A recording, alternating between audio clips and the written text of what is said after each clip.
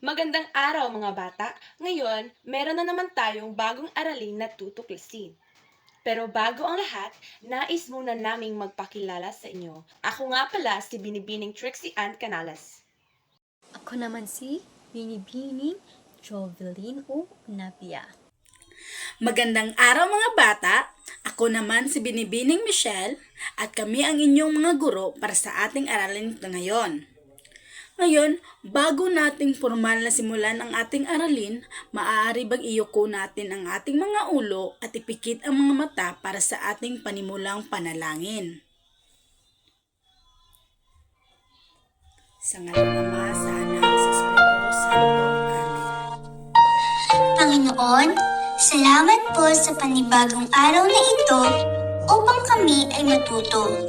Buksan niyo po ang aming isipan upang lubos na maintindihan ang aming mga aralin. Bigyan niyo din po ang aming mga guro, mga magulang, at mga kamag-aral ng lakas ng katawan at isipan na mas higit namin kailangan sa araw-araw sa panahong ito. Ang lahat po ng ito ay aming dinadalangin sa iyo, aming Diyos Ama. Amen. Amen. Anak sa Espiritu Santo. Amen. Ngayon, bago tayo magsimula, attendance check muna tayo. Meron ba dito ang wala sa aking klase? May mga absent ba? Mahusay! At dahil present ang lahat, bibigyan natin ang ating mga sarili ng very good clap. Alam niyo ba kung paano ang very good clap? Ngayon, makinig ng mabuti at tumingin sa akin. Ganito lang. 1, 2, 3. 1, 2, 3. Very good, very good, very good, very good. Ngayon, sabayan niyo ako. 1, 2, 3. 1, 2, 3. Very good, very good, very good. Mahusay! Ngayon, ihanda ang inyong mga sarili dahil tayo magsisimula na. Magandang araw mga bata, ako nga pala ang inyong guro ngayon. Ako si Teacher Trixie. At ngayon, bago tayo magsimula sa ating klase, ay magkakaroon muna tayo ng energizer upang sumigla ang ating pangangatawan at maging handa ang ating isipan. Ang gagawin ngayon ay sasayaw tayo at kakanta. Mayroon akong videong ipi-play dito sa harap at gusto kong makinig kayong mabuti at gusto ko ang lahat ng mga mata ay nasa harap. Ang pamagat ng ating energizer ay saging-saging. Kayo ba ay familiar sa saging-saging? Ngayon ay ipi-play ko na ang video. Gusto ko ang lahat ay tumayo at pumunta sa lugar na kung saan kayo ay komportable na makakagalaw. Alright. Sisimulan na natin ang ating energizer. Saging-saging, mangga, papaya, papaya, paghalu-halo, pagsama-samahin, fruit salad, saging-saging, mangga, papaya, papaya, paghalu-halo, pagsama-samahin, fruit salad, mahusay, isa pa. Saging-saging, mangga, papaya, papaya, paghalo-halo, pagsama-samahin, fruit salad. Mahusay! Ngayon ay nakikita ko ng handang-handa na kayong matuto ng bagong kaalaman. Ngayon, maaari na kayong umupo sa inyong upuan. Magandang araw mga bata! Ako nga pala si Binibining Jovelyn at narito ako upang ibahagi sa inyo ang mga tuntunin sa silid-aralan. Una, makinig sa guro habang ang guro ay nagsasalita sa harapan. Pangalawa, pumasok sa tamang oras. Pangatlo, paggalang sa kapwa mag-aaral. At ang pang-apat naman o ang panghuli ay makibahagi o makilahok sa mga talakayan na ating gagawin. Naintindihan ba mga bata? Okay, maayos. Magaling mga bata! Dahil kayo ay tapos na mag-ehersisyo kasama si Binibining Trixie at napaalala na rin sa inyo ni Binibining Jovelyn ang ating mga tuntunin sa loob ng silid-aralan, ngayon naman ay maipapakita ko sa inyong litrato. Pagkatapos, inyong obserbahan kung ano ang inyong nakita sa litratong ito. Ito, yan. Yan ang litrato na yan. Kilala nyo, ano ang inyo nakita sa litrato na ito? Tama, si Juan Tamad. Kilala nyo ba si Juan Tamad? Oo, magaling dahil kilala nyo yan. Ngayon, ang nais kong gawin nyo ay tukuyin ang mga pangalan na tumutukoy sa tauhan, lugar o bagay na nasa larawan. Naintindihan? Uulitin ko. Tukuyin ang mga pangalan na tumutukoy sa tauhan, lugar o bagay na nasa larawan. Pagkatapos nyo matukoy ang mga pangalan, isulat nyo ito sa inyong mga sagutang papel. Naunawaan? Magaling. Bibigyan ko kayo ng 5 minuto para sa pagsulat ng inyong mga sagot. At dahil kayo ay tapos na, ngayon naman ay tignan natin ang inyong mga sagot na inyong natukoy sa larawan na mga tauhan, lugar o bagay na nasa ating larawan. Handa na ba kayo? Magaling. Ano ang inyong mga natukoy sa larawan? Ano ang inyong mga nakita?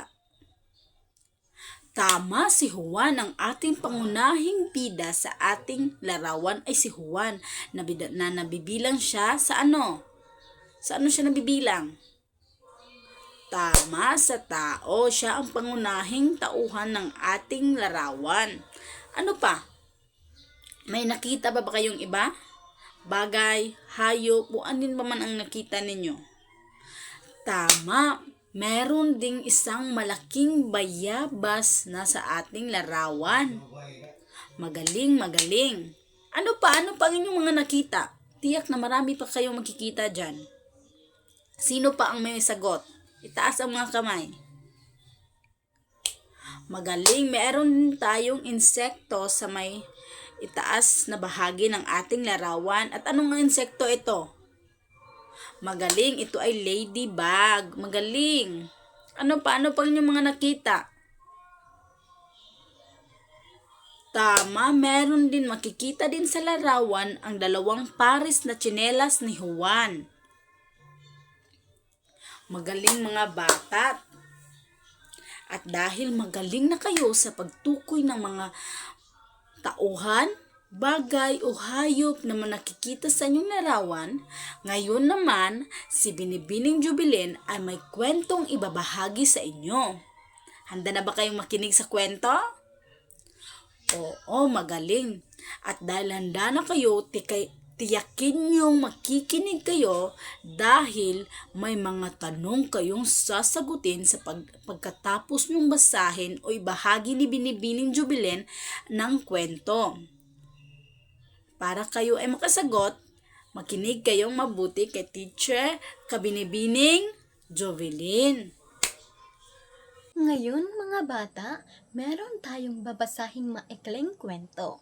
At pagkatapos nating basahin ito, ay meron akong mga tanong na inyong sasagutin. Naintindihan ba? Okay, maayos. Ang pamagat ng maikling kwento ay ang ating kwento. Ngayon, ating sisimulan at babasahin na. Sa isang malayong lalawigan, may isang binata. Ang pangalan ay si Juan. Siya ay kilala sa kanyang pagiging tamad. Isang araw, nakita niya ang isang puno na hitik sa bayabas. Dahil sa katamaran, umupo na lamang siya sa lupa at naghintay. Ngayon, tapos na nating basahin ang maikling kwento, ay maintindihan niyo ba ang maikling kwento mga bata patungkol kay Juan? Okay, mahusay. Ngayon, dahil tapos na nating basahin at inyo nang naintindihan ang kwento, magsisimula na akong magtanong. Ang aking unang tanong ay, sino ang pangunahing tauhan sa sipi o sa maikling kwento? Sa gustong sumagot ay itaas lamang ang kanang kamay. Okay? Naintindihan ba? Okay. So, tama. Ang pangunahing tauhan sa kwento o sa sipi ay si Juan. Ngayon, saan nagganap ang tagpo? Okay, very good. Nagganap ang tagpo sa isang malayong lalawigan. Mahusay. At pangatlo, Ano ang puno na binanggit sa sipi o sa kwento? Sino? Okay, mahusay. Ang puno na nabanggit sa kwento ay puno ng bayabas. Very good. Mahusay. Ang pang-apat na tanong o ang panghuling tanong ay, ano ang katangian ni Juan? Okay, itaas ang kanang kamay. Okay, mahusay. Ang katangian ni Juan ay tamad. Si Juan ay tamad. Napakamahusay at dahil dyan, bigyan natin ang ating sarili ng 3 palakpak. 1, 2, 3. Mahusay. Magandang araw mga bata! Ang ating aralin ngayon ay tungkol sa gamit ng pangalan sa panitikang Filipino. Matututunan natin kung papaano gumagana ang mga pangalan sa mga kwentong Pilipino na ating mahal, tulad ng Ibong Adarna at Juan Tamad at marami pang iba. Ano ba ang pangalan at papaano ito nauugnay at ginagamit sa panitikang Pilipino? Alam ninyo, ang mga pangalan ay ilang basta salita. Mahalaga ito para maunawaan natin ang mga tauhan, bagay, lugar at pangyayari sa ating mga kwentong bayan at alamat. Mga bata, tandaan natin, ang pangalan ay salitang tumutukoy sa mga tao tulad ninyo, ako, at mga bagay tulad ng libro, lapis, mga hayop tulad ng pusa at alaga ninyong ibon, o mga lugar tulad ng paaralan, bahay, at iba pa. Pati na rin mga pangyayari tulad ng kaarawan at piyesta. Sa English naman ay tinatawag itong noun. Sobrang importante ito sa panitikang Pilipino dahil ito ang nagbibigay ng mukha at buhay sa mga kwento natin. Kung wala ang mga pangalan, hindi natin malalaman kung sino ang bida o ano ang pinag-uusapan sa kwento. Kagaya na lang ng Ibong Adarna o sa iba pang mga alamat natin. Nalaman natin kanina kay Binibining Trixie kung ano nga ba ang pangalan at kung saan at paano ito gamitin. Ngayon naman, alamin natin ang panitikan. Kung ano nga ba ang panitikan? Ito ay kahit anong isinusulat ng gawa ng tao at ang panitikan ay ginagamit ng mga tao upang magpahayag ng kanilang mga nararamdaman, mga naiisip, mga karanasan at mga hangarin sa pamamagitan ng pagsulat. Dito daw sa panitikan, maaari ay na-express ng mga tao ang kanilang mga ideya, nararamdaman at mga nakikita nila sa paligid upang maihatid sa mga mamambasa ang kanilang mga damdamin. Ngayon naman, kung naitatanong nyo kung ano nga ba ang koneksyon o ano ang koneksyon ng pangalan at panitikan. Or gaano ba kahalaga ang pangalan sa panitikan? Ngayon, sa madaling salita, ang pangalan ay sangkap na bumubuo sa mundo ng isang kwento. 'Di ba hindi tayo makagagawa ng kwento kung wala ang panitikan, 'di ba? Ito ay mga gawa ng tao para may pahayag ang kanilang mga damdamin. Kung ang gumawa ng kwento ang isang tao para may pahayag ang kanilang damdamin, paano mabubuo ang mga kwento kung wala itong mga tauhan, mga tagpuan, na ganyan kahalaga ang ating pangalan sa isang panitikan. Ang unang kahalagahan ng pangalan sa panitikan, ito ay nagpapakilala ng mga tauhan. Sa panitikan, hindi tayo makakabuo ng emosyon kung walang tauhan. Ang pangalan ang nagbibigay entidad. Oo nga naman, paano natin maintindihan o maunawaan ang ating isang kwento kung hindi natin alam o wala tayong tauhan sa isang kwento? Pangalawa naman ay ang pangalawang kahalagahan ng pangalan sa panitikan ay nagpapakita ito ng tagpuan. Halimbawa, puno ng bayabas, bundok o ilog. Diyan nagaganap ang mga kwento. Ang gamit naman nito ay mas napapaano nila ang imahinasyon ng mambasa. Dito nakadepende ang mga pangalan ginagamit upang ilarawan ang paligid, 'di ba? Mas mailalagay natin ang sarili kung nalagay natin sa ating imahinasyon kung ano nga ba ang nangyayari sa ating paligid, at mas mauunawaan natin ang kwento pag nakikita natin ang ating sarili sa isang paligid na kung mapakita ang tagpuan sa kwento. Ang pangatlo naman ay ang pagbibigay aral. Halimbawa na makikita natin dito ang bayanihan, katapangan, pagmamahal, at hindi man mga bagay na nakikita, ngunit mga ideyang nagbibigay diwa sa kwento. At gamit din ang pangalan, matatanong natin kung sino ang tauhan ng kwento at bakit ito kailangan. Bakit ito kailangan malaman natin kung sino nga ba ang nasa kwento? Upang magkaroon ng pagmamalasakit ang mambasa, dahil pag alam natin kung sino ang bida ng kwento o ano ang mga pinagdadaanan ng kwento, mailalagay o mabibigyan natin ng koneksyon sa ating mga sarili. At bakit naman, saan naman ang kung bakit mahalaga kung saan malalaman natin ang pangyayari o tagpuan ng isang kwento, upang mailagay ang mamabasa sa loob ng kwento para makita mo ang iyong sarili sa isang kwento. At bakit naman mahalaga natin kung malalaman natin kung anong aral na mapupulot natin sa isang kwento o ideya na ilalahad ng isang tao na i-express ang kanilang mga damdamin. Dahil naman ito upang may matutunan at madala ang mambasa sa tunay na buhay.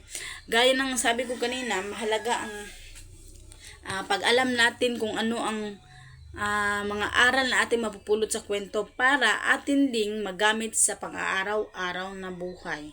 Ito ang mga halimbawa na salik sa panitikhang Pilipino.